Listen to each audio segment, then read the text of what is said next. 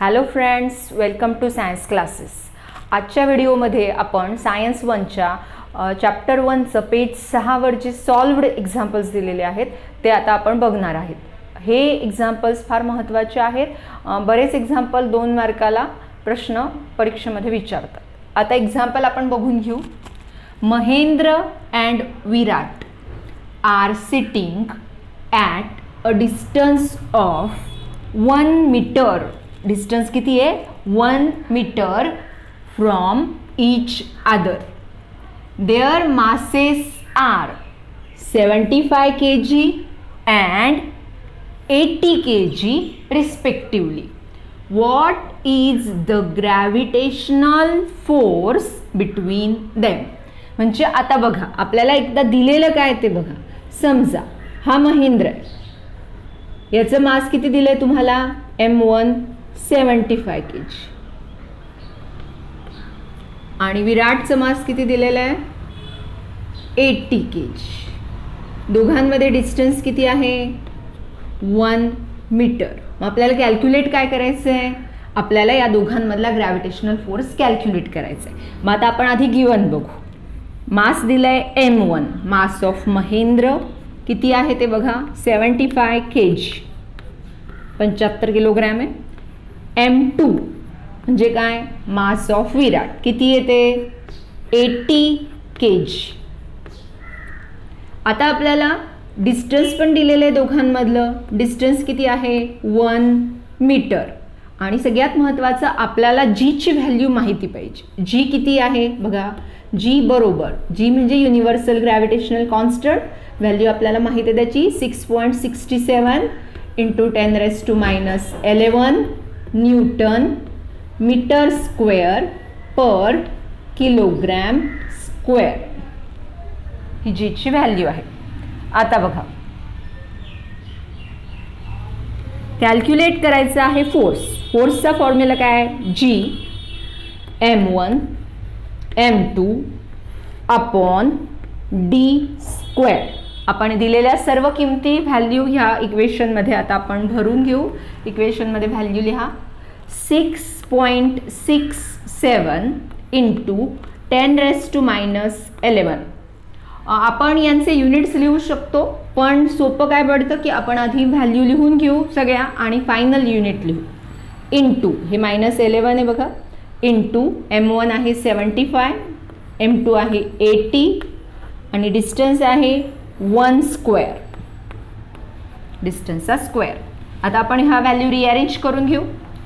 6.67 into 10⁻11 into 75, sorry इथे आपण 75 लिहू, इंटू 75 इंटू 80 आणि लास्टला 10⁻11. 1 स्क्वेअर 1च राहणार, जो आपण पुढे नाही लिहिला तरी चालेल. मग आता आपण 75 आणि 80चा गुणाकार करून घेऊ. 6.67 इंटू 0 आधी लिहून घेऊ बघा. मग 75ला 8ने गुणायचे. 8×5 40चे 0, हातचे आले 4, 8×7 56, 56 आणि 4 60 गुणिले 10⁻11. आता बघा हा 6 आहे आणि हे 3 शून्य असल्यामुळे 1 2 3 म्हणजेच 10चा तिसरा घात किंवा 10⁻3. F is equal to 6.67 into 6 into 10⁻3 into 10⁻11. या दोघांचा पण गुणाकार करून घेऊ आपण. 6×7 42, हातचे आले 4, 6×6 36, 36 आणि 4 40, हातचे आले 4, 6×6 36 आणि 4 40. 2 घरानंतर पॉईंट आहे. इंटू 10⁻, हे 3 आणि हे -11 यांचं आपण ॲडिशन करू, म्हणजे प्रत्यक्षात सबट्रॅक्शन होतील पण इंडेक्स नियमानुसार. मग F इज इक्वल टू बघा किती उरतात? 40.02 गुणिले 10चा -8 म्हणजे 10⁻8. F इज इक्वल टू, आपण अजून एक घर पुढे सरकू, 4.002 इंटू 10 इंटू 10⁻8. हा +1 आहे, हा मायनस आहे, त्याच्यामुळे F ची व्हॅल्यू येणार आहे 4.002 इंटू 10⁻⁻⁷. आपण युनिट लिहून टाकू न्यूटन. फोर्स याचा युनिट न्यूटन आहे. बघा किती फोर्स आहे मग. महेंद्र आणि विराट ज्या दोघांमध्ये 1 मीटर अंतर असेल, महेंद्रचं मास 75, विराटचा मास 80 kg असेल, तर दोघांमध्ये जो अट्रॅक्शन आहे म्हणजेच दोघांमध्ये जो ग्रॅव्हिटेशनल फोर्स आहे त्याची व्हॅल्यू किती येते 4.002 इंटू 10⁻⁻⁷ न्यूटन. हा अत्यंत स्मॉल फोर्स आहे, very negligible force, and due to this force there is no motion possible. बघा आपण बेंचवर बसलेलो असतो तेव्हा बेंच फ्रिक्शनलेस नसतो, बेंच फ्रिक्शन क्रिएट करतो. जर फ्रिक्शनलेस झाली कंडिशन, शून्य फ्रिक्शन आहे, काहीच घर्षण असेल, तरच महेंद्र आणि विराट एकमेकांकडे अट्रॅक्ट होऊ शकतात आणि त्यांच्यामध्ये जो अट्रॅक्शन फोर्स राहील 4.002 इंटू 10⁻⁷ न्यूटन. तुम्हाला हवं असेल तर तुम्ही ह्या गणिताचा स्क्रीनशॉट घेऊन टाका. ओके, तर सेकंड एक्झाम्पल बघा. इन द फर्स्ट एक्झाम्पल, त्याच्यासाठी आपल्याला फर्स्ट एक्झाम्पलचा रेफरन्स दिलेला आहे. Assuming that the bench on which Mahendra is sitting is frictionless. तो फ्रिक्शनलेस आहे, शून्य घर्षण आहे त्यांच्यामध्ये. स्टार्टिंग विथ 0 वेलॉसिटी, हे लक्षात घ्या. Starting with 0 velocity, what will be Mahendra's velocity of motion towards Virat after 1 second? Will this velocity change with time and how? म्हणजे बघा, समजा हा जर महेंद्र आहे आणि हा विराट असेल, तर महेंद्र विराटकडे अट्रॅक्ट होतोय आणि हे अट्रॅक्ट होत असताना सुरुवातीला महेंद्रची व्हेलॉसिटी, इनिशियल व्हेलॉसिटी 0 असेल, तर महेंद्र किती व्हेलॉसिटीने विराटकडे अट्रॅक्ट होईल, म्हणजे आपल्याला इथे फायनल व्हेलॉसिटी v काढायची. आता बघा, आपल्याला न्यूटनचे कायनेमॅटिकल इक्वेशन्स माहित आहे. काय आहेत इक्वेशन, तर आपण इकडे ह्या साईडला लिहून घेऊ. v is equal to u plus at. हे फर्स्ट इक्वेशन ऑफ मोशन आहे. फर्स्ट इक्वेशन ऑफ मोशनमध्ये आपण व्हेलॉसिटी काढू शकतो. आपल्याकडे इनिशियल व्हेलॉसिटी आहे u, जी 0 दिलेली आहे बघा आपल्याला. t आहे 1 सेकंद, पण आपल्याकडे ॲक्सेलरेशन नाही आणि ॲक्सेलरेशन नसल्याशिवाय आपल्याला व्हेलॉसिटी काढता येणार नाही. मग आपण आधी ॲक्सेलरेशन काढू.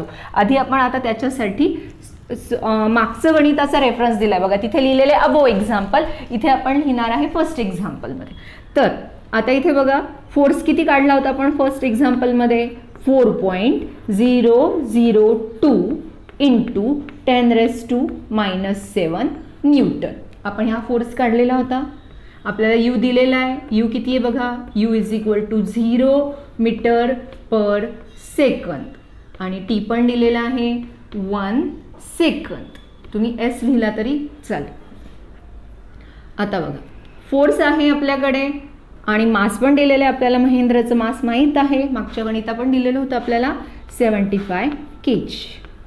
तर आपल्याकडे फोर्स आणि मास आहे. मग आपण फोर्सचा फॉर्म्युला वापरू शकतो. काय फोर्सचा formula, force is equal to mass into acceleration, F is equal to ma. आपण ह्या व्हॅल्यू इथे पुट करू, व्हॅल्यू ठेवून घेऊ. 4.002 into 10⁻⁷ is equal to 75 into ॲक्सेलरेशनचा A. मग आता ॲक्सेलरेशनची किंमत काढण्यासाठी आपल्याला 4.002 इंटू 10⁻⁷ ला 75ने भाग द्यावा लागेल. मग आपण ॲक्सेलरेशन काढून घेऊ बघा. 4.002 इंटू 10⁻⁷ अपॉन 75. आता इथून पुढच्या स्टेप्स अगदी व्यवस्थित समजून घ्या, कारण आपण अपूर्णांकांचे किंवा पॉईंटमधले गुणाकार भागाकार आपल्याला फारसे येत नाही. मग ह्या स्टेप व्यवस्थित समजून घ्या. आता आपण बघा, पॉईंट नंतर किती झिरो आहे लक्ष द्या, 1 2 3. मग आपण मी हा डेसिमल पॉईंट आहे तो काढून घेते. 4.002 इंटू 10⁻⁷ आणि 3 घरानंतर पॉईंट असल्यामुळे मी 75 नंतर 1000 लिहिते. का बरं लिहिले आता सगळ्यांना कळालं असेल की 1000 कुठून आले. तर हे पॉईंट नंतर जे 3 पॉईंट होते, 3 संख्या आहेत म्हणून इथे मी 3 0 दिले. मग आता आपण काय करू, तर 75ने 4002 ला डिवाइड करू. इथे बघा 75 divided by 4002 is divided by 75. बघा 75च्या पाढ्यामध्ये साधारण 75 पाचशे येतात. 5 5 25, 700 आले 5 37,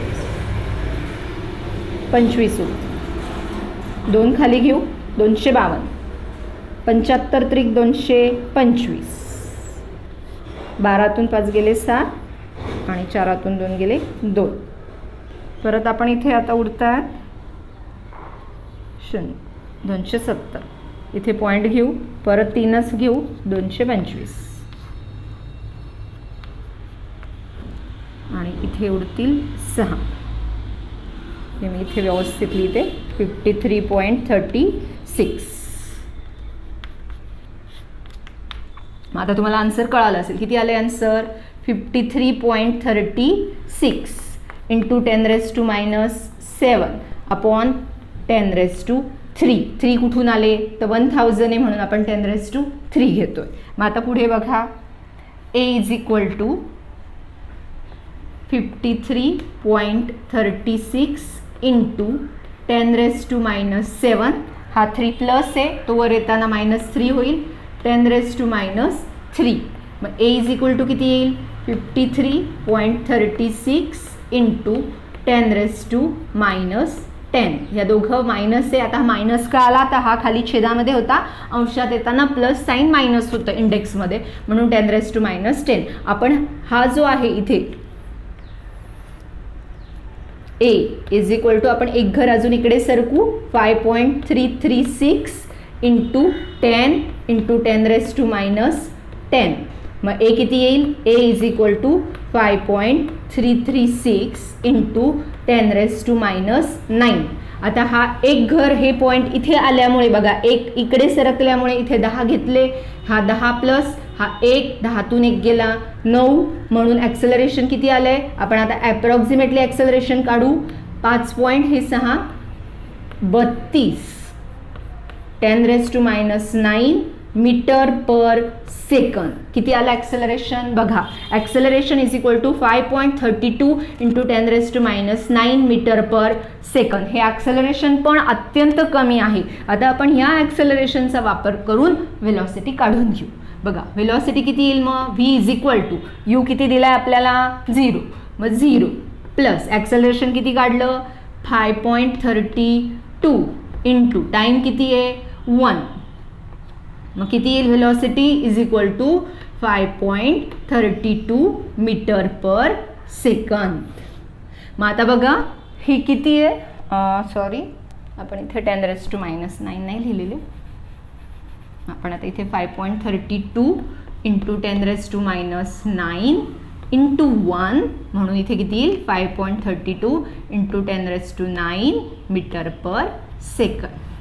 मग आता ही बघा किती व्हेलॉसिटी आहे. ही व्हेलॉसिटी सुद्धा अत्यंत निग्लिजिबल आहे, आणि अत्यंत निग्लिजिबल असल्यामुळे बघा काय होईल की जसं जसं व्हेलॉसिटी काय होईल, टाईम बघा किती दिलाय? 1 सेकंद. 1 सेकंदानंतर काय होईल? समजा 2 सेकंद झाला तर याला 2 ने गुणावं लागेल, म्हणजे व्हेलॉसिटी टाईमनुसार काय होत जाईल? वाढत जाईल.